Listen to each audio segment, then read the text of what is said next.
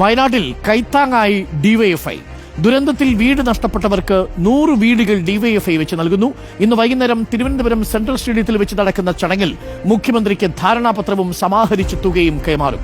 ആക്രി ചലഞ്ചിലൂടെയും ബിരിയാണി ചലഞ്ചിലൂടെയും മറ്റും യൂണിറ്റ് തലത്തിൽ സമാഹരിച്ച തുക ഉപയോഗിച്ചാണ് വീടിന്റെ നിർമ്മാണം. മാതൃകാപരമാണ്. നേരത്തെ മുസ്ലിം ലീഗ്, ഇപ്പോൾ ഡിവൈഎഫ്ഐ.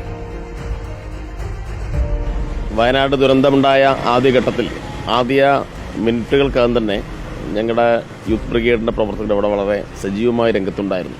അപ്പോൾ അവിടെ രക്ഷാപ്രവർത്തനമെല്ലാം വളരെ സജീവമായി നടക്കുന്ന ഘട്ടത്തിൽ തന്നെയാണ് വയനാട്ടിലെ ദുരന്തബാധിതർക്ക് വേണ്ടി ചുരുങ്ങിയത് 25 വീടെങ്കിലും നിർമ്മിച്ചു കൊടുക്കുമെന്ന് ഡിവൈഎഫ്ഐ അന്ന് പ്രഖ്യാപിച്ചത്. ഞങ്ങൾ പണം ശേഖരിക്കാൻ വേണ്ടി തീരുമാനിച്ചത് നേരിട്ട് ആരോടെങ്കിലും പണം വാങ്ങുന്ന പരിപാടിയായിരുന്നില്ല. ഞങ്ങൾ വളരെ വ്യത്യസ്തമായ വഴികളാണ് അതിനുവേണ്ടി സ്വീകരിച്ചത്.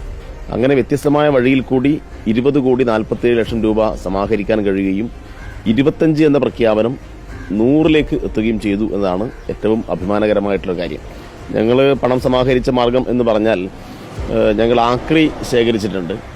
അതുപോലെ തന്നെ മറ്റ് വിവിധ അധ്വാനങ്ങൾ വഴി, അധ്വാനം എന്ന് പറഞ്ഞാൽ വാഹനം കഴുകി കൊടുത്തിട്ടുണ്ട്, തടി ചുമക്കാൻ പോയിട്ടുണ്ട്. അങ്ങനെയാണ് ഞങ്ങൾക്ക് ഇത്രയും വലിയൊരു നമ്പറിലേക്ക് എത്താൻ വേണ്ടി കഴിഞ്ഞത്. അന്ന് പറഞ്ഞതിൽ നിന്നും ഇപ്പോൾ സർക്കുലറിലും പറയുന്നതും കുറച്ചു 20 ലക്ഷം രൂപ ഒരു സ്പോൺസർ കൊടുത്താൽ ഒരു വീടായി കണക്കാക്കും എന്നാണ് പറഞ്ഞത്. അപ്പോൾ ഞങ്ങൾ എന്ത് ചെയ്തു? ഞങ്ങളുടെ 100 വീടിനുള്ള പണം ഗവൺമെന്റിനെ ഏൽപ്പിക്കുന്ന രീതിയാണുള്ളത്. ഇന്ന് ഞങ്ങൾ കൈമാറാൻ പോകുന്നത് ചെക്കാണ്. വീടിന് 20 ലക്ഷം വെച്ച് നോക്കുമ്പോൾ 100 വീടിനുള്ള പണം ഞങ്ങൾക്ക് കൊടുക്കാൻ പറ്റും. ചെക്കന്മാര് കൊള്ളാം അല്ലേ? യുവാക്കളും യുവതികളും ഡിവൈഎഫ്ഐയിലെ പ്രവർത്തകരാണ്. അവർ പാത്രം കഴുകിയും ഈ വണ്ടി കഴുകിയും ആക്രി കച്ചവടം നടത്തിയും ഒക്കെയാണ് അവർ ഈ പണം സമ്പാദിച്ചത് എന്നാണ് പറയുന്നത്. അങ്ങനെയാണെങ്കിൽ അത് അധ്വാനത്തിന്റെ മൂല്യം കൂടിയുണ്ട് എന്നുള്ളതാണ് പ്രധാനപ്പെട്ട കാര്യം.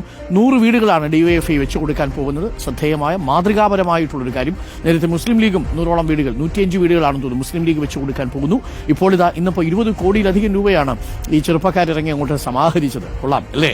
അപ്പോൾ നല്ല മാതൃകാപരമായ കാര്യം. എല്ലാവരും ആ വഴി തന്നെ പിന്തുടരുക.